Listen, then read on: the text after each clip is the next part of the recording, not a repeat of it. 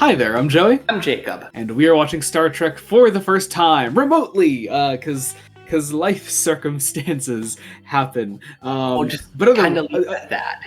Yeah, we are multiple states away here in the United States of America, so at least for the first season of Star Trek The Next Generation, at least for the first, it might be 2, we will be separated for the time being, but that's okay. Otherwise, everything else here remains the same, and I am... And of course, I'm going to cut you off, but you know, from you guys' perspective, there's no change.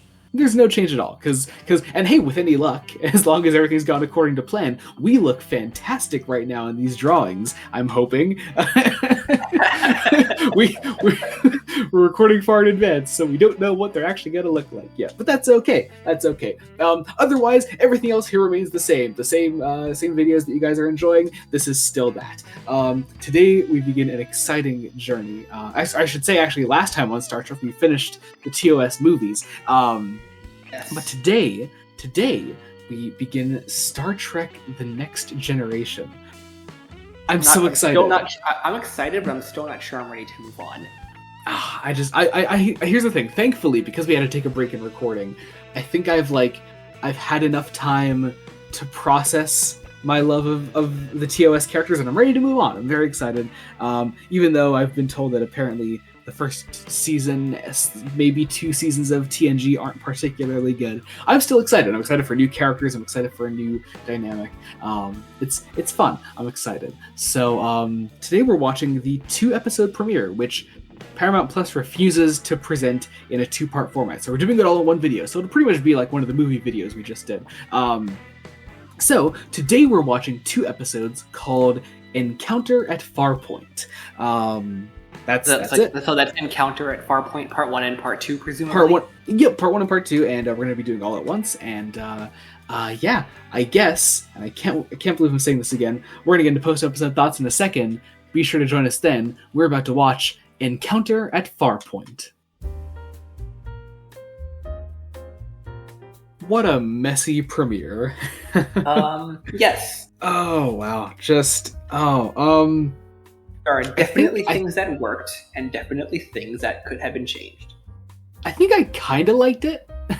I think on the whole, I'd say I enjoyed it enough that, as a Star Trek fan, I wouldn't turn it off, and not keep going. Well, here's the thing. What I liked about it was all the characters and the smaller character moments. So that's enough for me to make me want to... I mean, we're going to keep watching no matter what. But if I was like, hey, I'm not sure about this, I would keep watching for the characters. Because the character moments are really where Encounter at Farpoint really shines. The plot? Not so much. The plot has issues. I am not as into the plot. It's this weird... First off, there's nothing about Farpoint until the second half of the episode, really what would have been part 2. Barely any Farpoint in first part, so I guess that's why it's a 2-parter, really. That, and of course, the whole trial plot, where we meet a character that I had heard of, Q, as played by John Delancey, which I really know because of John Delancey, because we're both Breaking Bad fans, which I think is the opposite of how fans of John Delancey know John Delancey. It's usually the other way around. But yeah, so we meet Q here, who is an entity. I can't call it a singular person, really. The idea is that are they a god again? They might be a god again. I don't think it's a god, but here's the thing, and that actually brings me to a great point about the show as a whole, is that it just seems kind of like Gene Roddenberry wanted to make TOS again. And that's kind of like the vibe going forward, because okay, that's especially the vibe in the first episode. Yeah, and really like we really felt that, but I especially felt that, mostly because maybe I was expecting it to be more different, but it wasn't as different as I thought it would be. It even kind of opens in a similar way to the original show, where it's just like, you don't get introductions to these characters. It's just assumed these guys have been working together for a while. We take the time to introduce one character to be part of the actual crew. Or sorry, 2, I should say. 2. I guess 3, really, because there are 2 Crushers. Anyway, but yeah, so we take the time to introduce a couple people to the actual crew, but otherwise it's just here are the characters. Deal with it. And the only real kind of introduction you get is that Picard has he has like his personal log. It's like as the episode's beginning, he's like, I'm still new to the ship.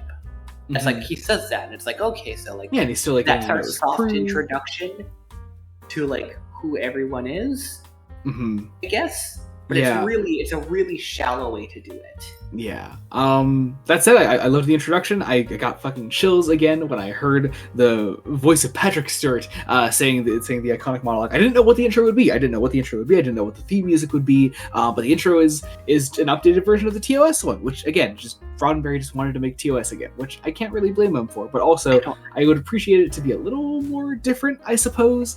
I feel like we'll get a more different show, A, as this one goes on, and B, Star Trek can develop more diverse personalities. You know what I mean? Yeah. On the intro also, the music is the movie music, which I found really cool, actually. I really enjoyed the fact that the theme isn't just the TOS theme, it's the movie music, which is probably, as much as I love the original, my preferred theme is probably the movie music, which I really enjoy. I appreciate the movie music more, and I was really happy to hear it in the show. Yeah. We do get a few little dinky synth versions of the 60s themes, though, so that's kind of fun to have. Definitely showing its age a little. Oh, yeah. Let's talk about the crew, though. So we have Captain Jean-Luc Picard himself, played by Patrick Stewart. I already kind of get the vibe of this character. I immediately understand what he's about, especially in that scene with Riker. That was probably my favorite scene in the whole episode. Sorry, second favorite scene in the whole episode. Favorite scene. They're very close together. But no, Picard and Riker. That scene where Picard is like hiring Riker pretty much, where he's like, hey, he was already hired. It's a sort of get to know you conversation. Yeah, and he's like, you disobeyed your last captain. Tell me about that. And I really appreciate it. It told me immediately what their dynamic would be, and it also just told me a lot about Picard that I hadn't gotten already from the first 40-ish minutes the episode had already been going. I really like Picard. Pretty much tells Riker help me be human to these guys because I'm stuck on a ship with kids. I'm not a kid guy. Which also is interesting. A very interesting, significant change from TOS is that the ship is a lot more populated. It carries a lot more people. It's not just the crew, the people that work on it. People have families here. Yeah, and I never considered it in TOS, which because it made sense that we're never given the chance to even observe that these people would have families. And so much so that the ship can literally separate to get everyone else that isn't part of the crew away to safety, and what they call the battle bridge is sort of the lower half of the ship to take on dangerous situations, which I really enjoyed. I think that's a really cool touch. I think that's really interesting. It's definitely a necessity when you make it explicit there's families and children on board that you need to have a backup plan. Yeah. I'm just saying it doesn't feel like a Roddenberry idea though. Nah, it feels I don't know. I could imagine G. Roddenberry being look at that ship, now just imagine it fucking sliced in half, because that's exactly what it comes across when you see it in the actual show. I can see that as a possibility. We also have LeVar Burton's Lieutenant Geordi. That's it, Geordi. Yes, who we didn't get much of, but was a character I had seen around when looking up images of TNG. I think most people know the guy with the visor. So that makes sense. I was most aware of Geordi. I did not know his name. And Data, whose name I didn't know. Yeah, let's talk about Data. Brent Spiner's Data, who probably is my favorite character of the crew. Him or Riker. I really they both made it. But that's a tough one. But they were together a lot in this episode too, though.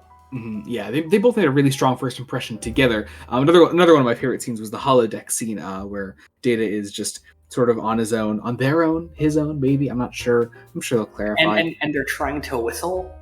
Yeah, and so Riker helps him finish the whistle. It's a sweet little scene, and then Riker just straight up tells him, he's like, hey, you're a computer, that kind of makes me uneasy, and Data's like, well, prejudice is very human. I was like, that's great. I really enjoyed that. I'm already getting just a kind of a reversed Spock and McCoy dynamic from them, which I thought was kind of cool. That's the vibe I was definitely picking up on. Yeah.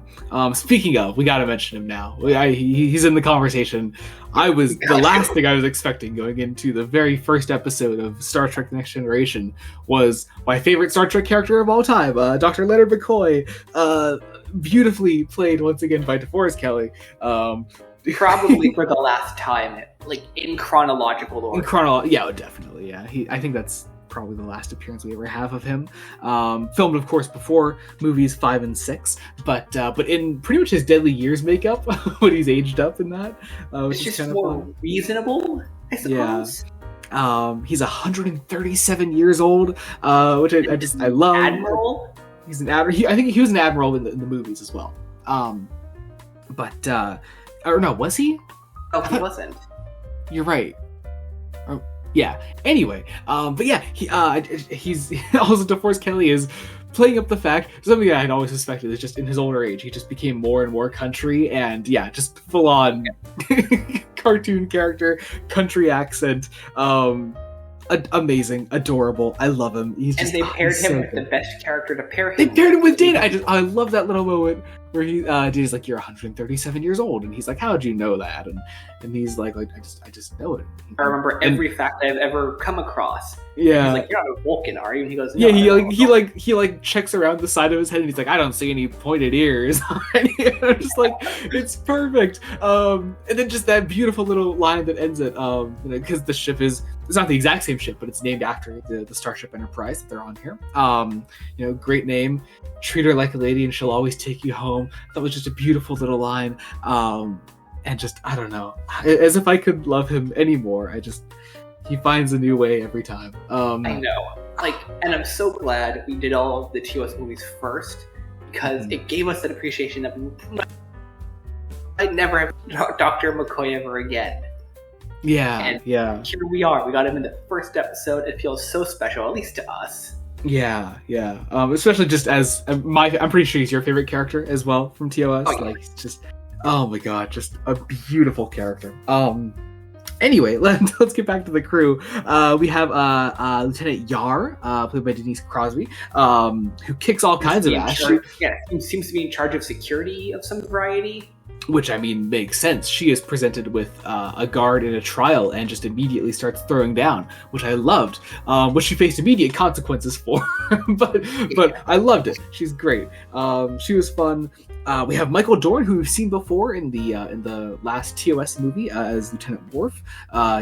They get sort of a backwards way to do it, though. Yeah, we didn't get too much on him here, but I'm sure we'll have plenty more opportunities in the future. We have Counselor Deanna Troy, Marina Sirtis' character. Interesting. I'm very curious to see more of her. There's also a heavily implied budding romance between her and Riker, solely done by the music. If it goes nowhere, that I wouldn't be terribly shocked. But I have a feeling it will lead somewhere. Very probably. And finishing us off here, at least of the crew members that I decided to write down, I don't think there was anyone else really significant. We have Dr. Beverly Crusher and her son Wesley Crusher, played by little Will Wheaton, who's just terrifying to me. I don't know. I just tiny baby face Will Wheaton. He makes me uncomfortable. Yeah, that's fair. There was a moment, I think, early on when they kind of implied a relationship between Crusher and Picard that definitely was disproved later, and I think could have almost gone the exact same plot line that Kirk had in the movies with his kid. Yeah. But thankfully they didn't go for that. They swiftly dispelled that with a very quick dialogue between them. Yeah.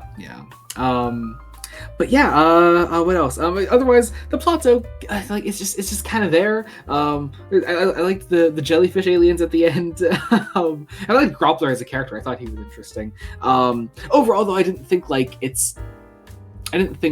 the plotline of Q testing Picard for trying him for the entirety of the human race was entirely sold.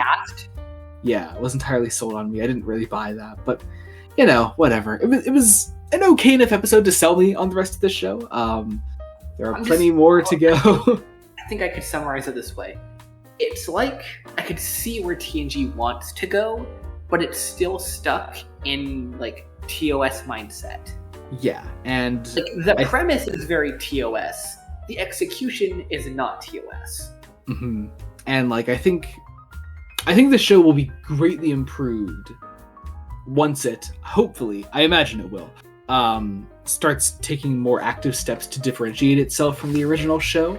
As much as I love things like, like the original theme showing up every now and then, and Dr. McCoy, of course, showing up. Like I think having literally a guy show up from TOS. Yeah. But I think honestly, once the show starts carving more of its own identity, I think is when it'll really start to shine. So, but otherwise, I think we have a fun cast. I could see myself really enjoying these characters going forward. And yeah, I'm personally really excited. So, whew, that was it. We are fully in now. I'm really excited to go forward. Oh man, I get to close out another one of these videos finally. Yeah, I guess until next time. No, wait, that's wrong. I can remember the outro. It's be sure to join us next time. That's it. When we continue Star Trek: The Next Generation. Until then, this has been Joey Morgan. I'm Jacob. Goodbye.